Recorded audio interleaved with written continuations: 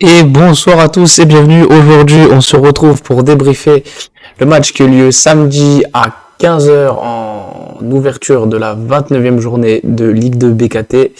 Un choc entre Auxerre et Caen qu'on va débriefer ensemble qui s'est soldé par une victoire ô combien importante de buts 1 de la part des Auxerrois et on va analyser ça ensemble tout de suite. Donc, on va commencer avec la compo mise en place par Pellissier.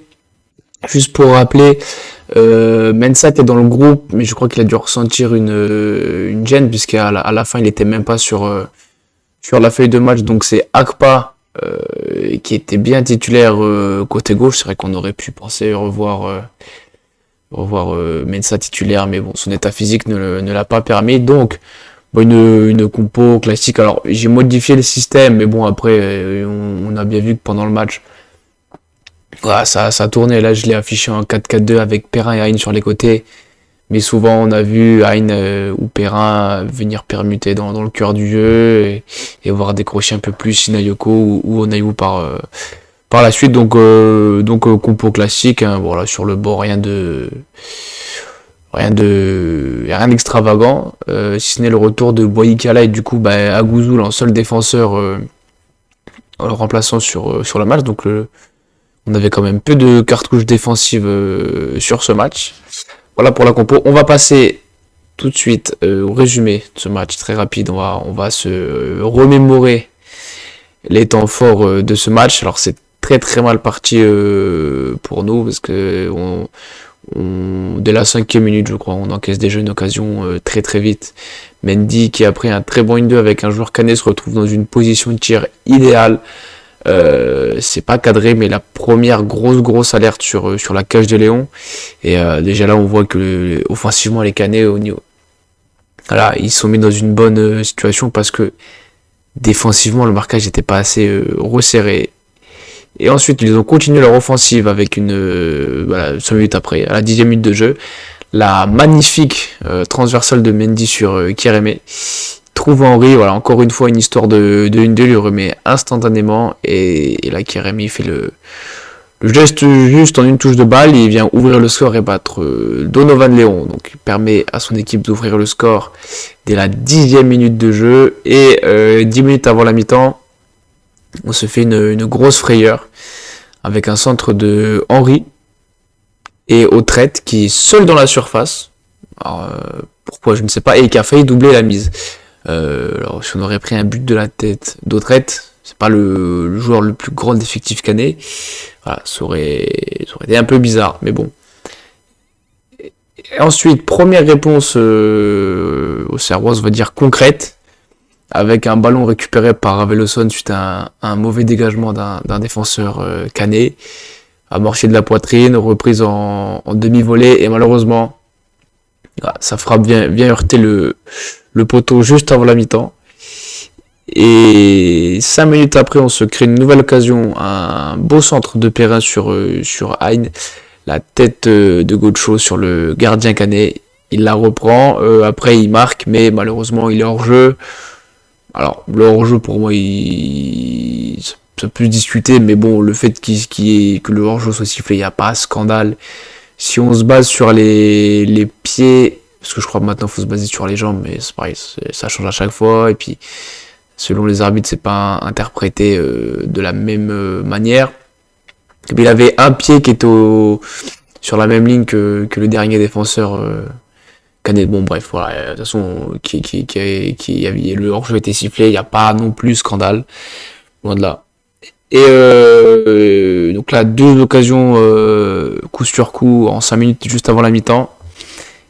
Mais on va se faire quand même une petite frayeur avant la mi-temps, alors qu'on était quand même en train de mettre notre jeu en place. Avec Salama qui récupère un ballon après que tout le monde se soit arrêté pour une possible faute une possible faute de Djoubal sur Mendy. Mais tout le monde s'arrête. Djoubal dit à l'arbitre non, il n'y a pas faute. Le problème c'est que Salama, lui, il a pas perdu le nord, il a pris le ballon. Il a traversé une bonne partie du terrain. Et heureusement que Djoubal revient in extremis parce qu'il avait mis un crochet Salama qui avait éliminé Akpa et Léon qui était parti aux fraises. Là, à tout moment, il pouvait nous achever juste avant la mi-temps et je pense que la suite du match aurait été, ça aurait connu une suite différente. Cette deuxième mi-temps, du coup, on continue sur notre montée en puissance, même si on a eu le petit caca culotte là avant la mi-temps l'occasion ratée de Salama. On a un corner tiré par Perrin, une belle tête de Siniako, mais une belle parade aussi de Mandrea. Ensuite, on a Onayu qui trouve Hein super bien, et Hein il se précipite un peu, mais après Mandrea sort vite aussi, donc il lui laisse pas beaucoup le temps de faire un choix et c'est dévié en corner. Et on arrive dans le dernier quart d'heure où c'est Hein qui trouve joli, il va centrer parfaitement pour Raveloson, un centre millimétré, et à Raveloson d'un coup de tête magnifique, un vrai coup de boule. Et voilà, il vient égaliser, remettre la GIA dans le match et par la même occasion, voilà, réveiller un petit peu l'abbé Deschamps. Et à la 79e minute, on continue notre montée en puissance. Perrin qui trouve Onayu dans la surface, pareil, là, le ballon donné par Perrin est très très bon. Mais malheureusement, voilà, il y a des fois, je crois que c'est Thomas qui revient à la dernière seconde sur Onayu. Et ouais, du coup, c'est une vraie balle de but. Hein, et voilà, ce sera dévié en corner. Et à 10 minutes de la fin, on a un corner à 2 joué rapidement. Donc bon, là, tous les supporters, moi le premier, on s'est dit, mais arrêtez de jouer vos putains de corners à 2. Sauf que, en étant un petit peu patient, Juicy trouve joli, encore lui, et qui vient centrer pour Djoubal. Et alors, le centre de Joly est très bon, mais alors la tête de Djoubal, la tête décroisée, mais je sais pas comment il fait. En plus, j'ai vu le résumé, enfin le résumé, oui, tout à l'heure. Il tient sur une jambe, il prend appui sur une seule jambe. La tête, la pulsion qu'il met, la trajectoire, c'est exceptionnel. Et du coup, voilà, il permet surtout à la GIA de prendre la tête pour la première fois dans ce match à 10 minutes de la fin. Donc là, pour ceux qui étaient au stade, l'abbé explose de joie sur le but de Djoubal, pareil. Et après, voilà, on va réussir on va jouer pour conserver le ballon. Voilà, je pense surtout à Onayu qui a fait un très très gros travail de conservation de balle dans les 30 derniers mètres, qu'il a très bien fait d'ailleurs. Et je vous avoue qu'à la fin, j'ai eu un petit peu peur quand j'ai vu le changement de Pélissier, changement défensif, puisqu'il a voulu faire rentrer Agouzoul et faire sortir Perrin. Et là, on s'est tous rappelé, je crois que c'était je sais plus sur quel match, mais je crois il y a 2 ou 3 semaines, ou pareil, contre Bastia. Pareil, on sort un changement défensif et derrière on se fait punir. Et là, heureusement pour nous, ça n'a pas été le cas. Voilà pour les temps forts de ce match. Pour conclure ce match, on a eu une première demi-heure, 20 minutes, 20 minutes, une demi-heure plutôt compliquée, hein, notamment, je l'ai dit en début de stream, mais on a eu un marquage beaucoup trop laxiste, pas assez resserré. Les joueurs offensifs de Caen avaient beaucoup trop de liberté. Leurs latéraux, Abdi et Henry, qui sont pourtant leur point fort. Oui, c'est leur point fort. Voilà, j'ai souvenir d'une occasion où Perrin il revient pas assez sur Henry. Du coup, Akpa il est coincé entre prendre notre aide, prendre Henry. Du coup, après on concède la grosse occasion avec la tête de Autrette. Mais après, voilà, on s'est bien repris. On est monté en puissance tout doucement. Voilà, ça part du poteau de Raveloson. Ou même là, moi je me suis dit que ça y est, qu'on pataugeait un peu dans la semoule. En plus, on touche le poteau, donc je voyais pas comment on pouvait renverser la vapeur. Au final, ils l'ont fait. C'est une équipe qui a fait preuve sur ce match-là et sur de nombreux matchs d'ailleurs. Ils ont fait preuve d'une grosse force de caractère. Voilà, parce que Caen c'est quand même une équipe qui joue bien, même si après dès qu'ils ont pu, ils ont mis le bus. Et on a eu la possession les 3 quarts du temps. Pareil, le nombre de tirs, je crois qu'on a dû faire 22 tirs, 6 cadrés. Voilà, là, il y a encore... même si on met 2 buts, et que offensivement, déjà, on a retrouvé le chemin défilé, ça fait du bien, mais sur les 2 buteurs, on n'a pas un offensif, quoi. On pourrait compter Djoubal dedans, parce que si ça continue, Il y a moyen qu'ils finissent dans les meilleurs buteurs du club. Du coup, on va passer aux notes. Maintenant qu'on a fait ce petit résumé. Donc, les notes. Hop, voilà. Bon. Et ben, on va faire ça ensemble. Donc, Léon. Je vais mettre, euh, j'hésite entre correct et décevant parce que, allez, je vais mettre correct mais avec avertissement. Parce que là où le crochet il se fait manger sur Salama, des fois des relances au pied un peu, comment dire, pas très précises. Voilà, c'est pas le joueur qui m'a apporté le plus de sérénité. Et alors que ça devrait, puisque c'est un gardien, donc déjà qui nous calme nous et aussi qu'il arrive aussi à rendre serein sa défense. Voilà. Puis voilà, bon, il fait un oui, il fait deux trois arrêts. Bon, c'est pas non plus sur des occasions chaudes quoi. Voilà, on va dire que c'est des occasions tièdes sur des situations de but où voilà, il intercepte le ballon au bon moment, mais il n'y a pas d'arrêt vraiment décisif ou alors au moins que je les oubliais ou que je l'ai oublié. Mais j'ai vu, bon, voilà, on va le laisser dans correct. Akpa, mais allez, à Akpa, j'ai quand même beau match. C'est vrai que par moment, défensivement, mais j'ai dit, voilà, pas aidé forcément avec souvent, il était souvent en prise à deux, donc c'était pas, enfin, il devait prendre deux joueurs, donc c'était pas évident, il fallait faire au mieux, et il l'a plutôt bien fait. Donc bon match pour Akpa. Pelnar, correct, mais pareil, je l'ai trouvé un peu en dessous. Alors après, sûr que si on prend son collègue Djoubal, bon bah lui ça part tout de suite en top. Il n'y a pas photo défensivement, il a tenu la baraque. Plusieurs fois, il est intervenu dans les pieds des offensifs au bon moment. Et en plus, il met ce but libérateur qui est très très important parce que déjà, rappelez-vous contre Angers, il avait fait le coup. Et là, il refait le coup. Donc, sur ces deux têtes, ça nous rapporte 6 points, ce qui est énorme, encore plus pour un défenseur central. Et déjà, là, les 2-3 actions avant, là où ouais, il joue quasiment numéro 9. Donc, très très gros match de sa part. Notre ami Paul Joly, qui, malgré tout, fait quand même 2 passes D sur ce match. Voilà, ça, il faut quand même le souligner. Donc, pour ça, je le mets dans bon match. Mais, voilà, pareil, je trouve que ce match-là, ça résume un peu la saison de Joly. Offensivement, c'est bien. Bon, des fois, il fait des centres qui nous rendent fous et on a envie de s'arracher les cheveux.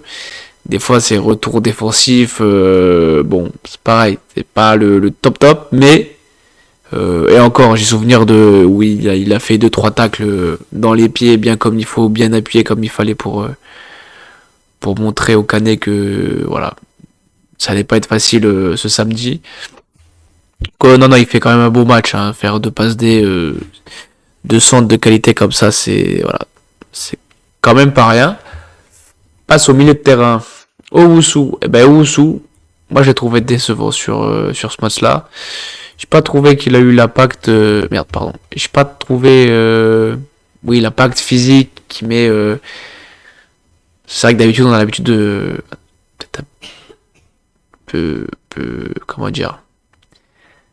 Un chien de garde. Voilà, il est là, il récupère un bon nombre de ballons. Oui, mais c'était compliqué. En plus, en début de match, il venait s'insérer entre Djoubal et Pelnar. Du coup, on avait Akpa et Joly qui prenaient les ailes, qui jouaient plus en piston. Après, enfin, on l'a vu et revu. Et quand on a ce système-là, enfin, cette animation-là qui se met en place, ça peut être intéressant, mais dans la manière où on l'a fait pendant les 20 premières minutes, je trouvais ça. Je trouve qu'on l'a mal fait. Parce qu'au final, t'as Oussou qui venait se glisser dans une défense à 3. Raveloson qui était après assez seul au milieu de terrain. Perrin et Hyde qui étaient trop à l'intérieur. Mais du coup, enfin, l'espace sur les ailes était mal géré par les pistons. Enfin bon, c'était pas top. Et j'ai souvenir aussi d'un moment du match première mi-temps. Je crois que c'est après le premier but. Ou non, il y a quand Kierebe se blesse, je crois. Ils viennent tous dans le milieu du terrain et ils se parlent. Tu vois bien que voilà, tu vois que tactiquement ça va pas, dans les placements tout ça ça va pas. Et après, alors je sais pas ce qu'ils se sont dit, ils sont peut-être insultés tout leur arbre généalogique, mais au moins ça a marché puisqu'après on s'est bien réveillé. Mais voilà, je trouvais Wusu mais quand même un cran en dessous. Il fait pas un mauvais match, mais je trouve que voilà, c'est décevant. Et alors notre ami Raveloson, par contre, son compère au milieu de terrain, top. Évidemment, voilà, là dans le cœur du jeu, je l'ai retrouvé très bon. Il se crée des situations, il garde des ballons, il arrive à casser des lignes avec des passes, à trouver des espaces pour les ailiers, enfin les offensifs du moins intéressants. Il y a ce poteau, il y a ce coup de tête, donc qui va au fond des filets, donc très très gros match de sa part.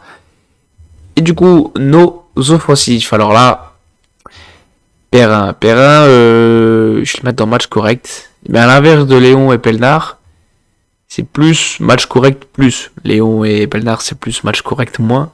Mais Perrin, ouais, un petit peu plus parce que je l'ai trouvé meilleur déjà que sur ses dernières prestations. Il n'y a pas de mal à faire pire. Mais ouais, il aurait pu être décisif sur quand il crée le décalage sur Onaïou et même d'autres moments sur Serbat, le centre sur Hein, le hors-jeu, même si hors-jeu ça ne joue vraiment pas à grand chose. Donc voilà, du mieux il a réussi à créer des situations de but ou à amener des situations de but, pas encore décisif. On espère que ça va venir avec le temps. Notre ami Gocho.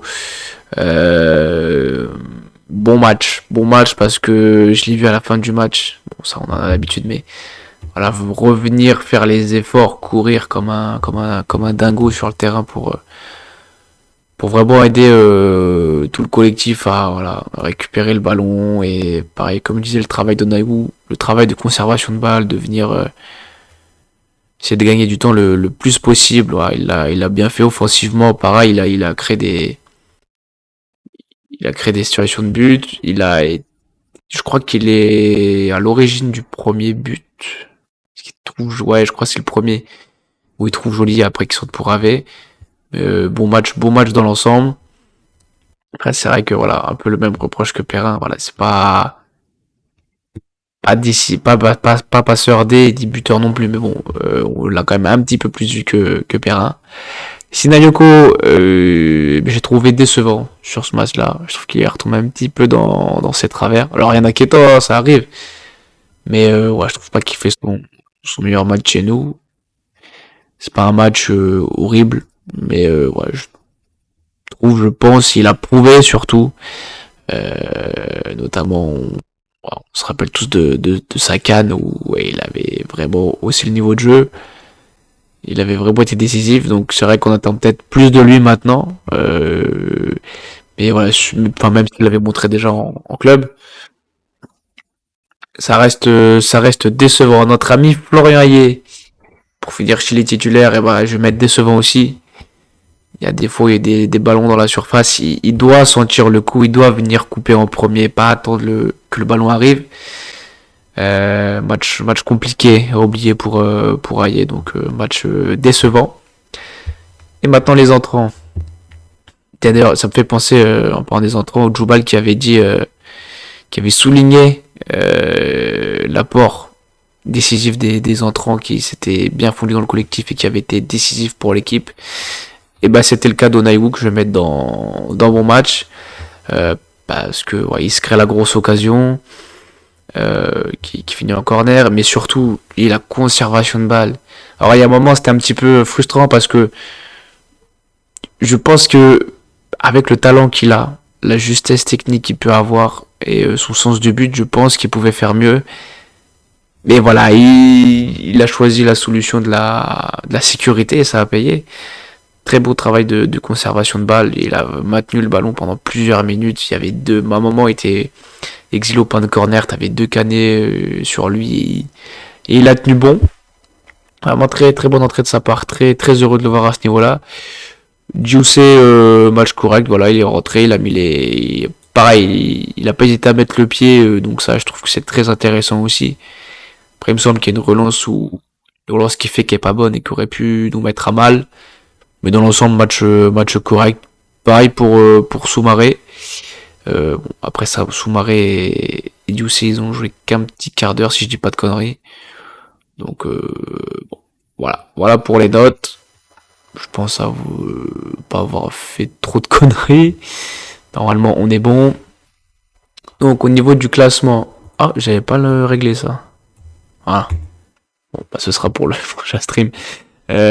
Du coup, on va passer maintenant au classement et aux résultats de ce week-end. Donc, déjà, est-ce qu'on commence par le classement ou on va mettre voilà, les résultats.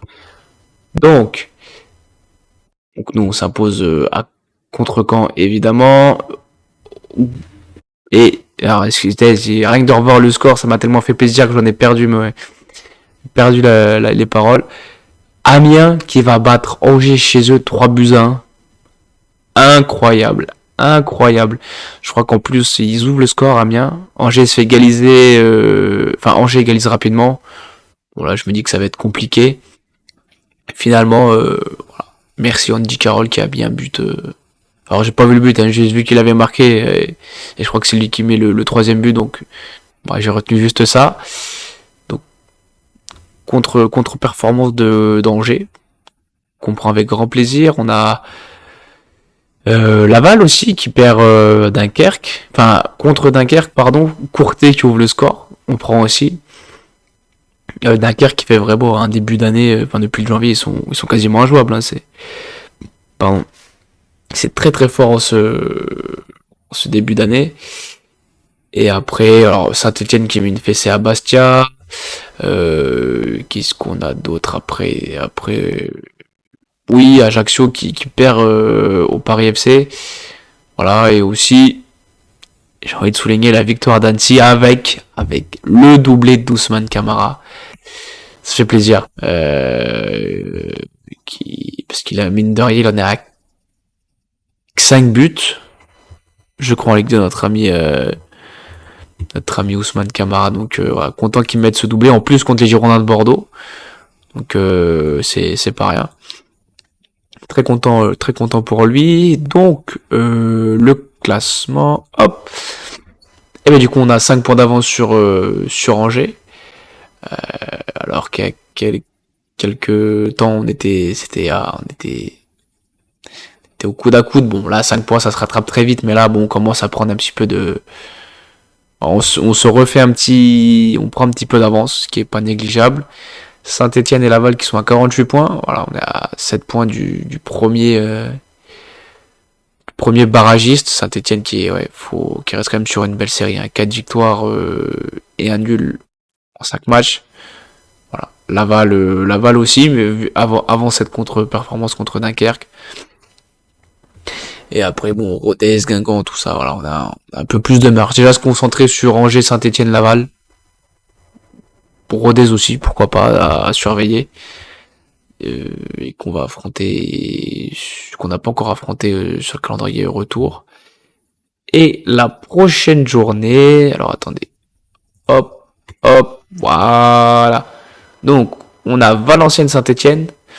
Bon, a priori, Saint-Etienne devrait s'imposer, mais restons prudents. Concarneau-Angers, Laval-Bastia.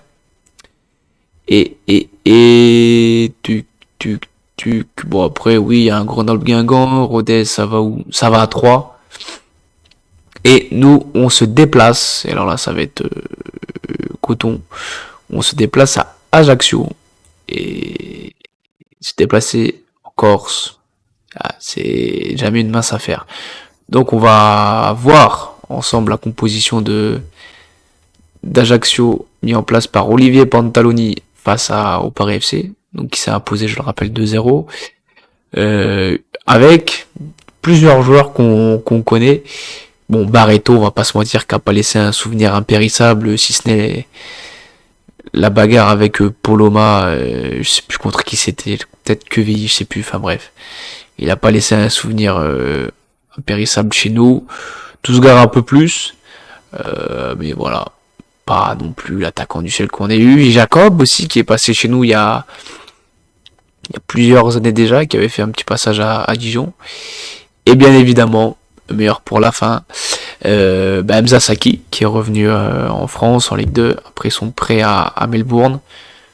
Donc bien évidemment, le joueur qu'il faudra se méfier en priorité, c'est Hamza. En plus, voilà, dans le système dans lequel il joue, c'est le système parfait pour Saki. Donc voilà, après il y a Ibaï aussi qui est pas mauvais. Attendez que je retrouve, j'avais son... Je crois qu'il attaque 4 buts.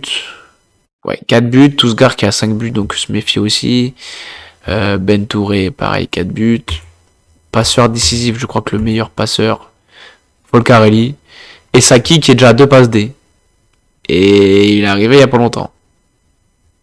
Donc voilà, vraiment, il va falloir vraiment se méfier, museler Saki et Tousgar.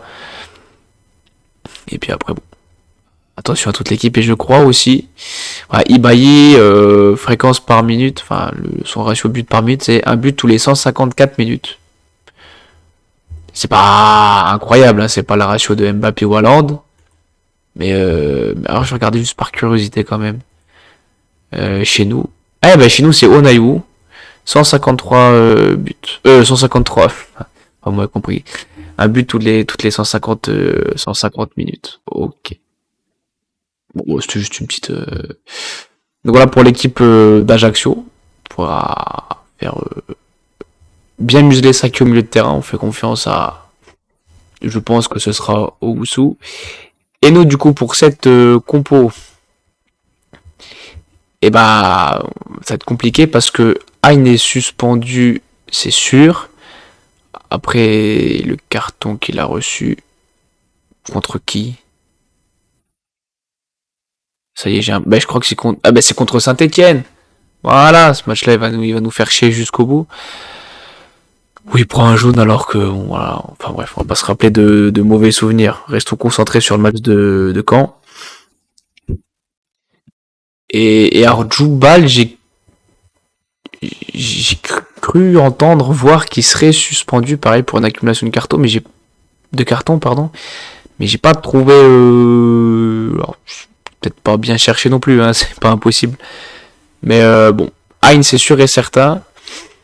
Du coup, la compo, j'avais bien aimé ce 4-4-2. Mais du coup, j'aurais bien aimé voir le 4-4-2 avec Perrin à gauche, Hein à droite, et vraiment Onayou en électron libre derrière Aïe. Bon là du coup en défense je remettrai Mensa quand même s'il est 100% prêt physiquement, mais bon il y a la trêve et en plus oui je voulais en parler, mais ça tombe bien vu que je parle de Mensa, il appelait que sa sélection. Alors j'ai du mal à comprendre parce que s'il est blessé, je vois pas pourquoi on le, enfin je comprends pas. Bref, du moment qu'il est là à 100% contre Ajaccio, on prend. Bon dans l'axe Pelnard, Djoubal, on change pas. Joly à droite, évidemment. Owusu Ravi au milieu de terrain, voilà. Et devant, je pense que Onayou à gauche, enfin Onayou Perrin sur les ailes, c'est pas mal. Shineyoko dans une attaque à deux. On l'a vu avec enfin pendant la CAN avec le Mali, ça marchait plutôt bien pour lui. Et voilà, avec avoir Aïe un point de fixation, et Shineyoko là qui bouge un petit peu autour. Après, on peut aussi avoir la permutation avec Shineyoko ailier, Onayou qui vient se glisser dans son électron libre. Et voilà. Et puis, ce qui est bien avec ce système, c'est que voilà, ça peut varier.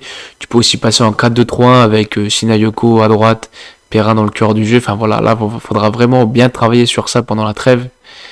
Voilà, permuter intelligemment, sans créer trop de brèches derrière, pour un petit peu perturber l'équipe d'Ajaccio. Et c'est ce qui faisait notre force.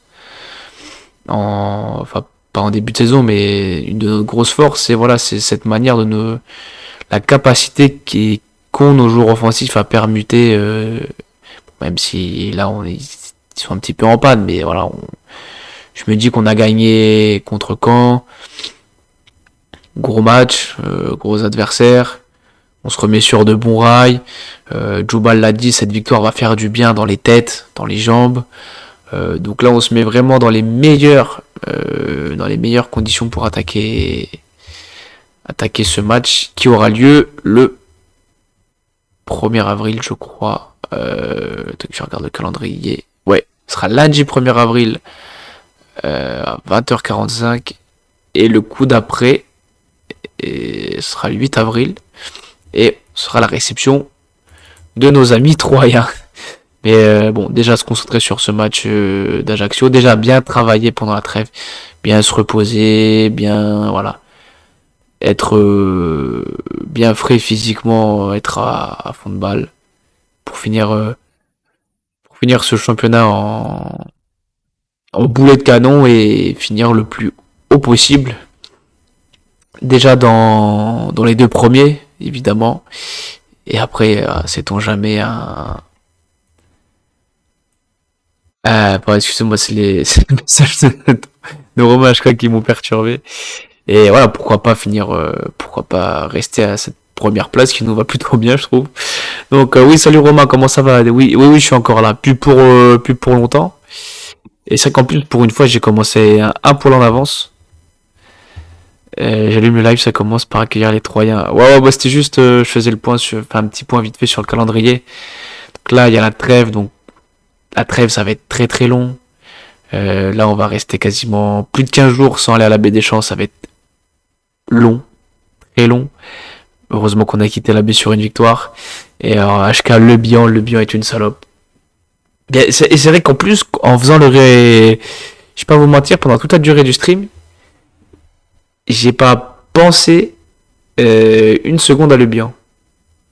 Parce que déjà, il était sur le banc. Alors oui, voilà. Et il y a un truc que j'ai vu qui m'a choqué sur Twitter. Il y a un supporter. Alors après, tout le monde a le droit d'avoir son opinion et son avis sur Le Bihan. Mais il a dit qu'il ne comprenait pas pourquoi on s'en prenait à lui.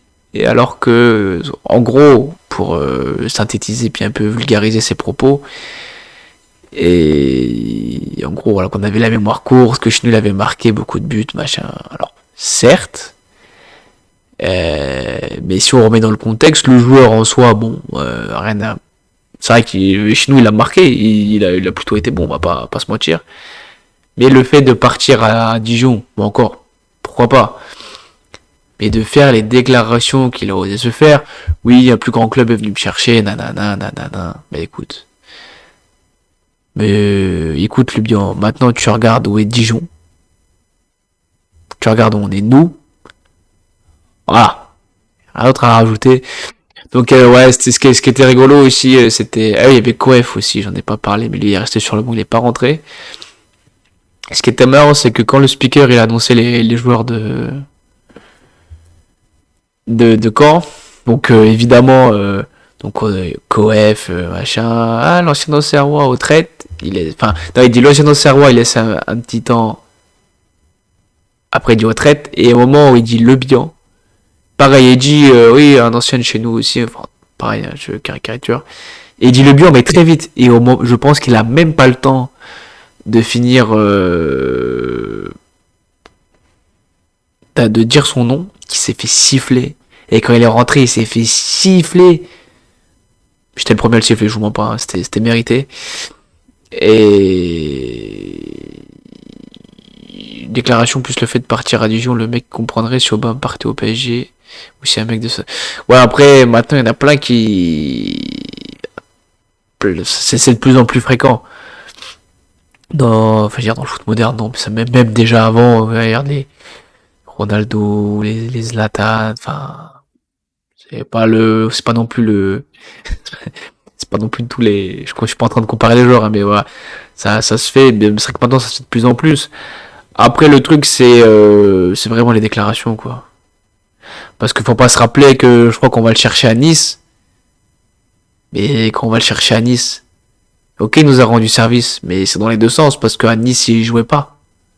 Donc des Mercedes à vomir, plus d'armes, plus de volonté, plus de fidélité. Alors ouais, ça c'est un gros problème.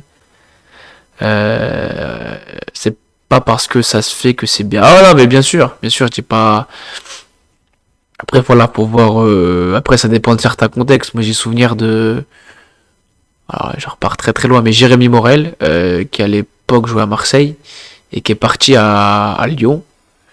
Mais après, voilà, dans le contexte, je crois, c'est parce que c'était un de ses enfants qui était malade. Et ouais, il y avait un truc exprès comme il faut à Lyon. Bah, quand c'est comme ça, bah, ouais, tu peux pas en vouloir aux joueurs. Et puis voilà, à aucun moment il a manqué de respect au club. Chose que pour moi et pour beaucoup de supporters, le Lyon a fait. Donc voilà, qu'il ait voulu entre guillemets cracher dans la soupe, très bien. Mais voilà, après derrière, faut assumer les conséquences et la bronca sur le terrain, c'était plus que mérité. Et aussi, avant de finir, qui ne saute pas n'est pas. Ouais. Euh, Il y a un truc qui m'a déçu, c'est quand. Alors, effectivement, je pense que ça coïncide avec l'entrée de Lubian. Mais quand Autrette sort, pareil, il se fait siffler. Mais Autrette, il a jamais manqué de respect chez nous. Jamais. Il a été très important pour la remontée en Ligue 1 et pas que, mais la saison d'avant, la saison juste avant, il avait été très très bon. Je me rappelle avec Saki dans ce 4-1-4-1 avec Touré en sentinelle. Et voilà, je suis d'accord. Pour très franchement, c'est pas compris. Et il y a sûrement le fait qu'après c'était le bien qui est entré, mais si franchement ça m'a écœuré parce que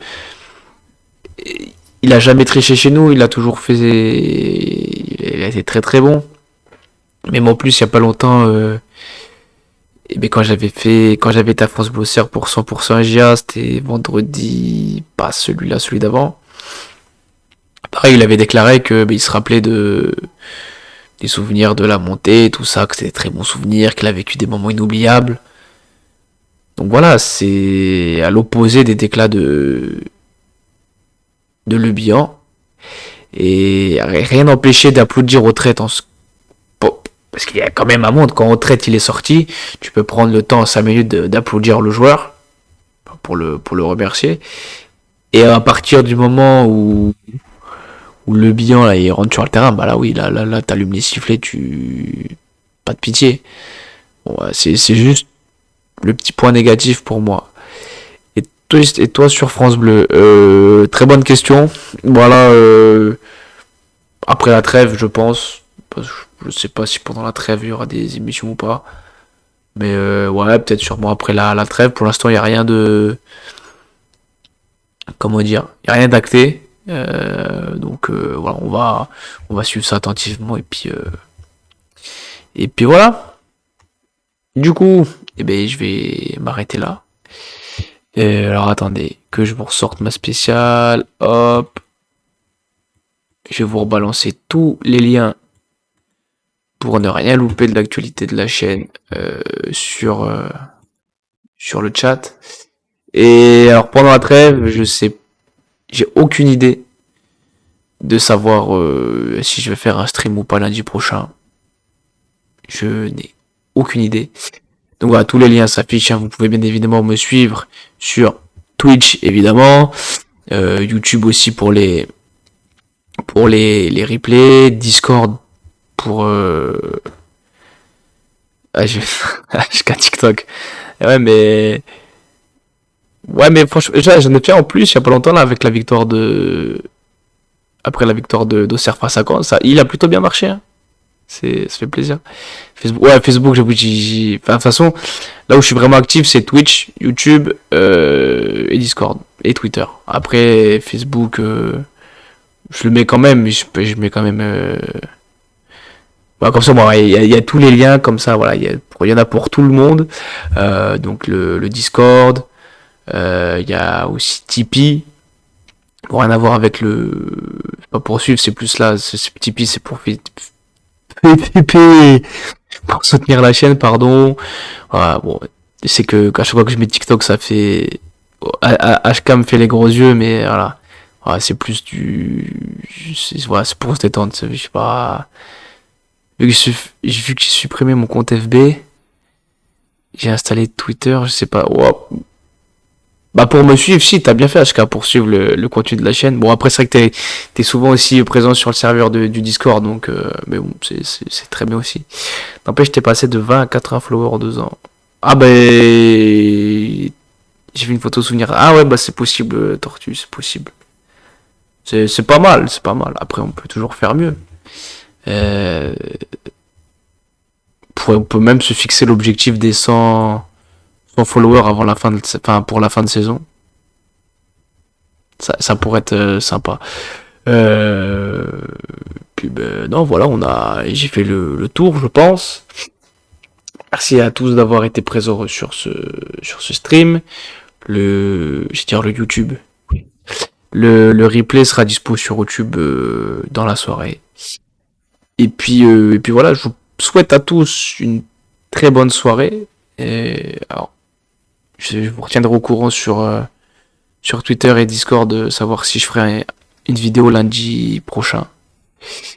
Et voilà, maintenant on va affronter la trêve et ça va être long, très long. Voilà. Et bien voilà, bonne soirée à tous et allez la GIA, ciao.